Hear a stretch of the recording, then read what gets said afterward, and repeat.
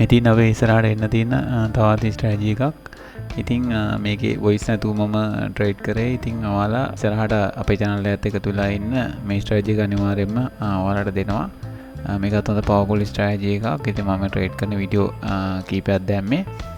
ඔයාලට පොරොන්දු විදිහටම මීට කලින් දාපු වීඩියෝ එකේ අපි ලොස් වුණාට පස්සේ මොකද කරන්න කියලා තියෙන වීඩියෝ එකයි මේ ස්ට්‍රැටජි වීඩියෝ එකයි ඉක්මනට අරන් එනවා. එතකන් ඔයාලට සුබ දවසක් ජය වෙන්න කියලා ප්‍රාර්ථනා කරනවා.